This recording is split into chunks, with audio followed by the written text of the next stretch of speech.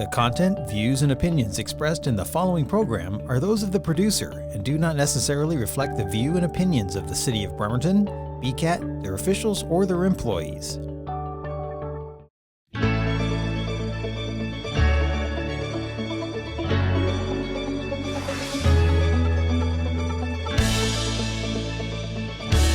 Hi, my name is Phil Colcord. I'm president of Fraternal Order of Police Evergreen Lodge 1 here in Kitsap County, and this is our outreach program.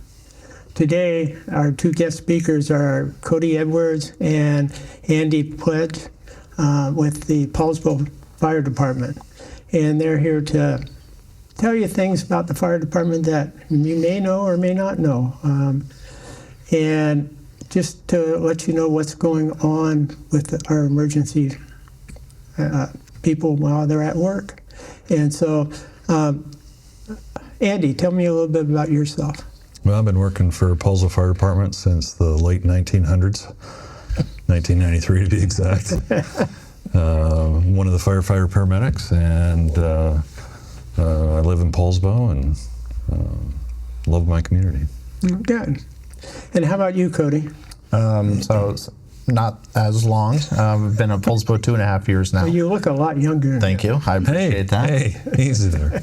Hey, you know, But we like the truth, right? That's all about the truth. yep, been at Poulsbo Fire for 2.5 years as a firefighter paramedic as well. Originally grew up in Colorado, moved out here back in 2017, and actually really love it out here. So I think it's where I'm going to stay. Oh, good. What got you started in the medical field? I was a Navy corpsman for a few years before I decided to go to medic school. And then just really inspired by certain things in life, and especially the show Emergency, which showed paramedics and from the 70s, and that's what I grew up watching and fell in love with it. Oh, good. And how about you, Cody? Mine was I was 16 years old. My parents got into a car accident, and when my mom had called when I went down there, I really just liked the way that the fire department treated my family, treated me even though I wasn't really involved, but they still knew that was my family. Let me go in the back of the ambulance, talk with them, and all that stuff. And it was just from there that I knew that's what I wanted to do. I wanted to be that for somebody possibly someday. That's good, because the key to success, whether you're a fireman or a cop, is compassion and understanding and being able to relate to the feelings of the people. So, yeah. Very true. You both worked for Poulsbo Police Department or Fire Department. How does it work having paramedics work for the fire department? In our area, we're cross-trained in dual role.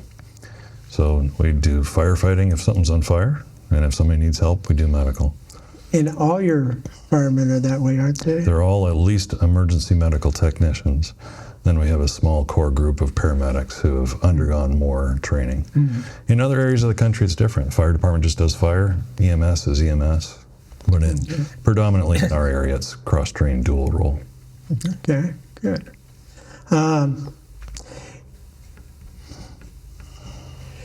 So you have firemen that are not cross-trained.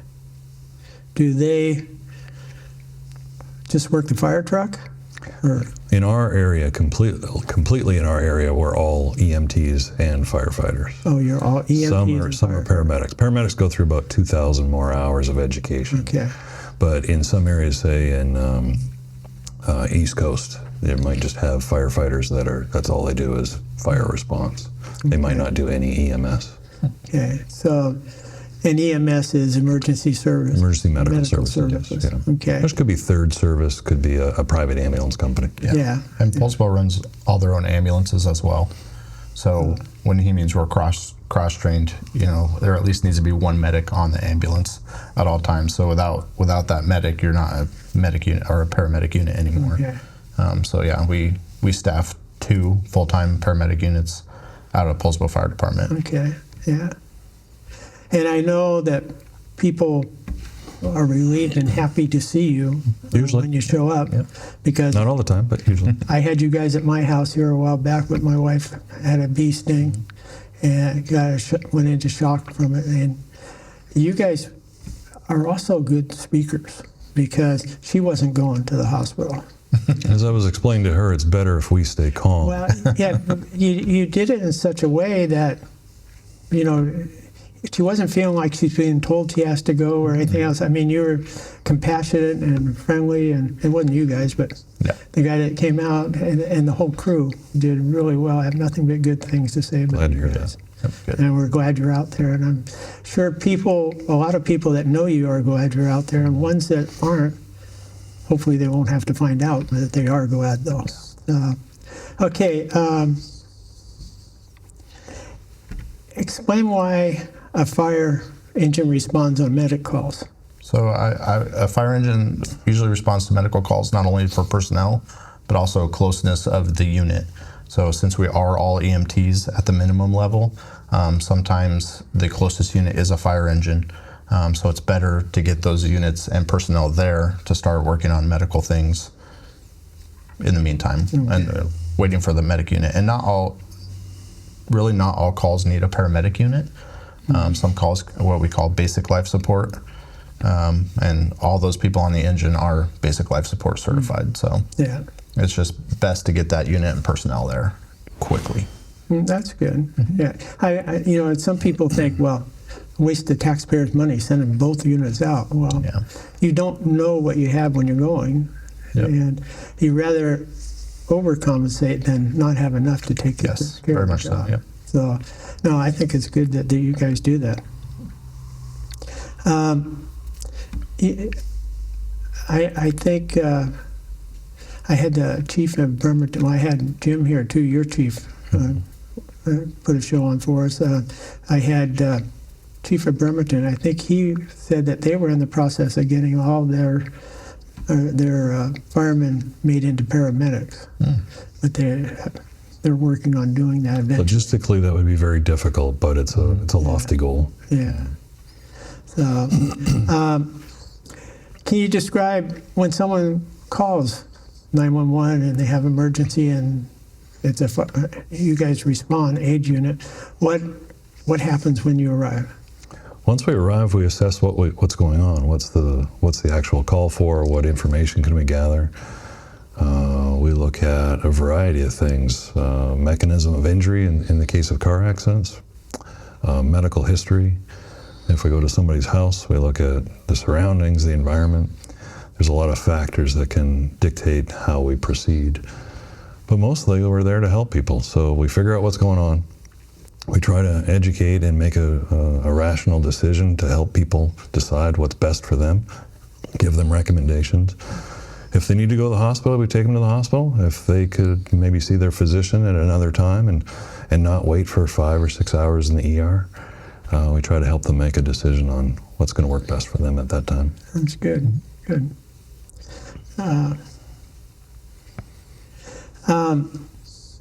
I don't know what this means. What is SMMC? St. Michael's Medical Center. Oh, okay. Okay. That's the local hospital. I know that very well. You guys were just there. Pardon me? You guys were just there. Yeah, we were just there, but my wife spent 8 hours in the hallway with appendicitis that ruptured there in the hallway. In the hallway. Yeah. It's challenging times. Yeah, that was during COVID. During COVID, yeah. But the doctor that did the surgery and treated her did a wonderful job. Yeah. But yeah, it was difficult for everybody, but especially being COVID made it worse, you know. But that's one reason it was nice to have you guys. My wife did not want to go to the hospital again after what she'd been through the last time. Yeah. So the history was there, and so it was nice that you guys got her to go there, and she was treated a lot better this time. Good. Although she gives you guys an A+, and the hospital not quite that. Close though. Tell us what a normal day is like. We show up for work. We relieve the crew that's coming off duty. We work a 24-hour shift. So at 7:30 in the morning, we have a shift ongoing and a shift off going. We make sure our trucks and our equipment is ready. We make sure we as a team are ready. And it doesn't matter if we're ready or not. When the call comes, we go. Mm-hmm. So. Yeah, and in between the daytime, we're also hanging out. We also do a lot of training. Almost every day we're looking at something that we need to do. We also have quarterly trainings that we have to do. And for medics as well, we have another training on top of that we got to complete throughout our research cycle. So yeah, every day is filled with cleaning, washing trucks, making sure everything's good to go, doing trainings, eating some food in the meantime, and just studying. Okay. We want to discourage people to think that you just sit around and play cards. Correct, yes. And that's... There's a productive work time. There is. It's a regular 8 to 10 hour job where you're required to do productive work, and we get all our training done, and it's just like living at a house. You still have bathrooms to clean, you still have crumbs to pick up, floors to mop. So it's truly it's a second home. Yep. And we're also required to do 1 hour of physical exercise during the day. Oh, well, that's good. Yeah. Tell me about the team building that you guys do. Yeah. I think with the team building aspect, it's almost kind of like sports teams. You know, almost every call is something where something has to be directed somewhere. So there's always a leadership aspect somewhere with somebody directing what's going on. But that's why we have ranks. You know, if calls get critical or fire calls, any structure fire, you know, we have ranks so people know who's in charge and what needs to happen. As far as like team building on shift, sometimes almost every one of our stations has a pickleball court in our apparatus bay. So sometimes we'll play pickleball, other times we'll play cards, and you know, each shift is different. Each shift kind of finds their thing that helps with the team building inside the station. And sometimes shifts do a lot of stuff outside the station. I know last year, I think you guys went to a baseball game, the Mariners baseball game as a shift, and my shift does breakfast once a quarter as a shift. So it's not only on shift that you're doing some team building, it's also off shift. You do some sort of team building exercises. And when it comes to the position, when you get out in the field, is everyone trained that they can do the other guy's position? As far as like lieutenants? Well, no, I'm talking about just the firemen that are out there doing, you know, when you're on the scene, you know, I don't know what you do. Say there's a fire. We put water on it. Yeah. Okay. Does everybody know how to turn on the water and put the hose out? And To gain rank in the fire department, everyone starts as a firefighter. You go through everything, so you know everything. So it takes a good, knowledgeable, and skilled leader to lead firemen. It takes a good, knowledgeable paramedic to help EMTs provide the best care as well. And it takes great EMTs to remind the paramedic that they're doing a lot of the work as well. So we have a variety of people, a variety of personalities, a variety of levels of training and experience. But we all come together as brothers and sisters and get it done. There goes my phone. Yeah, your seat's going to explode now. It's because he took a day off of work and now they're offering overtime. That is what it is. That is exactly what it is. Yeah, there you go. Nice job, Cody. It's on camera now. You made good recovery on that. That's my fault. That's fine. What's the hardest part of your job? I think the hardest part for me is just being away from family. There's a lot of things missed. A lot of people miss first birthdays, first Christmases, things like that. Second Christmases, third Christmases, fourth Christmases. Okay. And so I, in my mind, personally, that is the hardest thing for me, is that there are some days I will just not be at home. Yeah, and I think on the back end of that, you know, I love my wife, my kid, and I want to take care of them, but you're gone for 24 hours, and they have to kind of fend for themselves. And I don't like that, but it's just part of the job. Yeah, well, being old, and experience, not old. Yeah, that too. Anyway, I understand that, being a cop and having worked long hours and so forth. And what worked for us is we had our family life and we had our couple life that started us out before we had a family. And so we tried to keep them together but separate. So we do things, just the two of us, we do things as a family. And we've been married 57 years now. Jeez, I congratulations. think we did something right there. I think so. I think so. Yeah, I still get cussed at, but that's all right.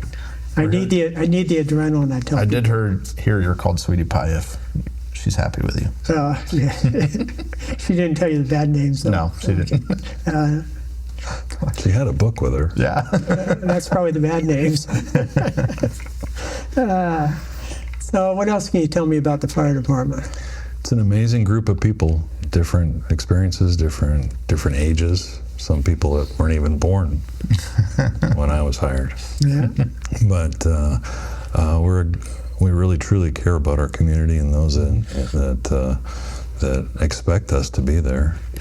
And it's nice to be able to provide a service and take care of people when they're in need. That's good. Yeah. And I think a lot of people don't know we do things outside of that realm that people just think, oh, you're fire or medical. There's a lot of things we do outside of that. We have a CARES program that goes and follows up with people who are possibly calling 911 really frequently or falling frequently, and they help to try to manage that outside of the 911 realm and find them resources and help them not utilize the 911 system as much, because it is utilized quite a bit. So just to kind of help in that aspect. We also do things with North Kitsap High School. We go to their football games, standby, what we call medical standby on that. We teach classes at the North Kitsap High School about once a month. So we hang out with the students and just teach a class on something medical usually. Good. And we just like to be out in the community, really. And we're an all hazards response. Yeah. If you're on a boat and you have trouble, we get called. If you're in a ditch, we get called. If you're in your home, we get called. It doesn't matter what the response is. If somebody needs help, we come. Oh, that's good. Do you got a boat? We do. We've got 2 boats. And swimmers, we have rescue swimmers. Andy's a rescue swimmer. Good. But they'd probably rather have a young guy rescue them. I can swim pretty No, well. he can outswim me. He can outswim me for sure. I believe it. Hey, I gotta give you a bad time for something. We expect nothing less, sir. Nothing less. I'd make fun of your hair, but mine's getting just as bad as yours. My hair's as bad as it's ever going to be. Yeah. Yeah. Mine's on the way. Don't worry. Yeah. So you got something to look forward to. Yep, I do. Oh, yeah. Yeah, I see a lot of bald firemen. I'm not Yes, there very yet. much so. Yeah. It's because you're wearing your hat and helmet all the time. That's Yeah. And stress. yeah. Yeah. Well, tell me something else. I'm running out of stuff here for you guys. Well, let's look at our list. Good to talk about the wait times of St. Michael that was in there. But Oh, that's what that one's for. Wait times. yeah, just talking about the aspect of St. Michael's right now. St. Michael's is very inundated with patients. They're building the new wing right now, which is hoping to alleviate the issue, or at least part of the issue. But a lot of the time, what happens is called boarding. They don't have a room upstairs for the patient, even though the patient needs to go upstairs, so they sit in the ER. That takes up a room and a nurse. So then when you're coming in with a patient, you can't drop off right away. Sometimes we have to sit on the wall, or what we call holding the wall, where we just you lay on the gurney and we're there with you on the wall. That's where my wife was, and she finally told, I don't know what unit it was, she was taken from Kaiser and Silverdale. But they were waiting with her, and she finally told them, just go, I'll be fine. And so let them get back to work. It's a continuation of care. If we can take somebody to the waiting room and they can see a triage nurse, maybe start the care in the waiting room, that's always a possibility. Yeah. If we're still delivering care and they haven't accepted that person as a patient into the hospital yet, we're still responsible to take care of them. So at times there has been extended waits with paramedics providing medical care in the hallway of the hospital which is good to have, but also you guys should be out taking care of people that need it to have. And there's a unit tied up that's not available for another 911 call. Yeah. The physicians and nurses are doing an incredible job. It's a challenging political and business model as well. Yeah. But whatever the decisions are, there's still people there that are trying to do their best to help with limited resources. It's really challenging since COVID. Yeah. It's that way all over with everything, it seems like. I hear that. Yep.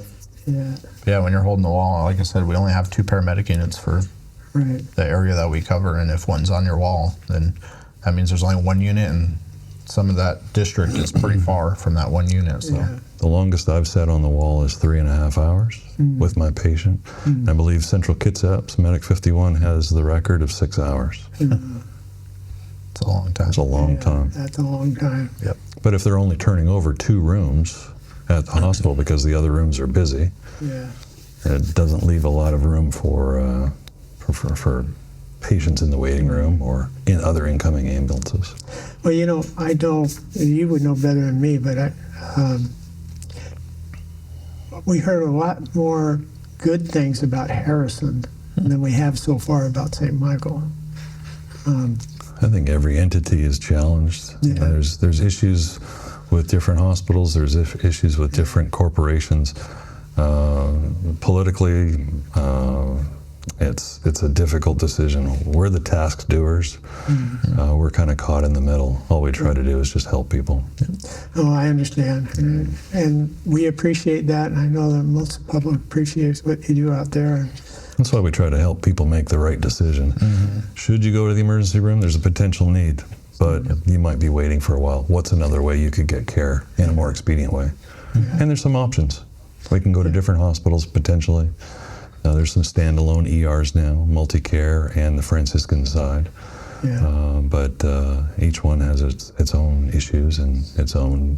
Well, I think it's just the way of the economy right now. I mean, everyone is shorthanded, it seems like, and everyone's trying to do the best they can. The majority are. But Well, it's hard to get a primary care appointment, just like it's hard to get a dentist appointment that's not 4 months out.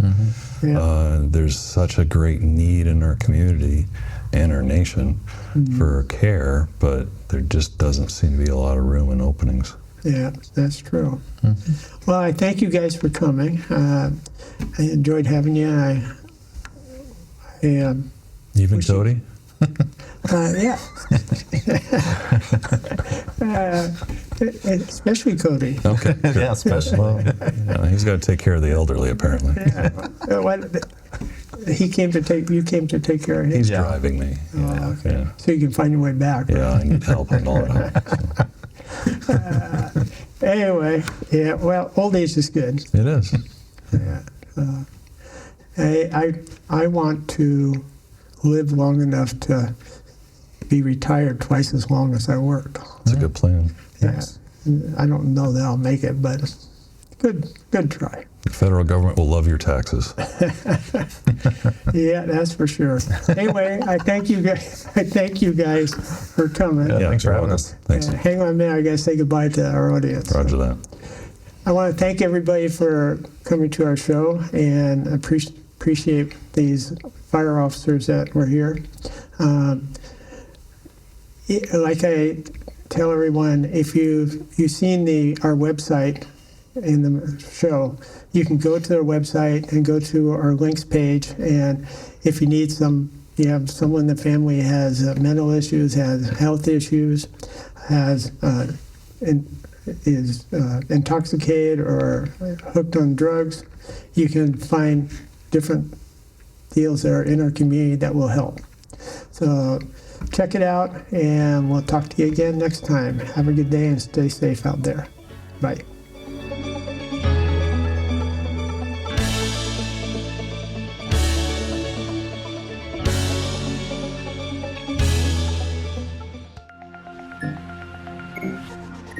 Uh-huh.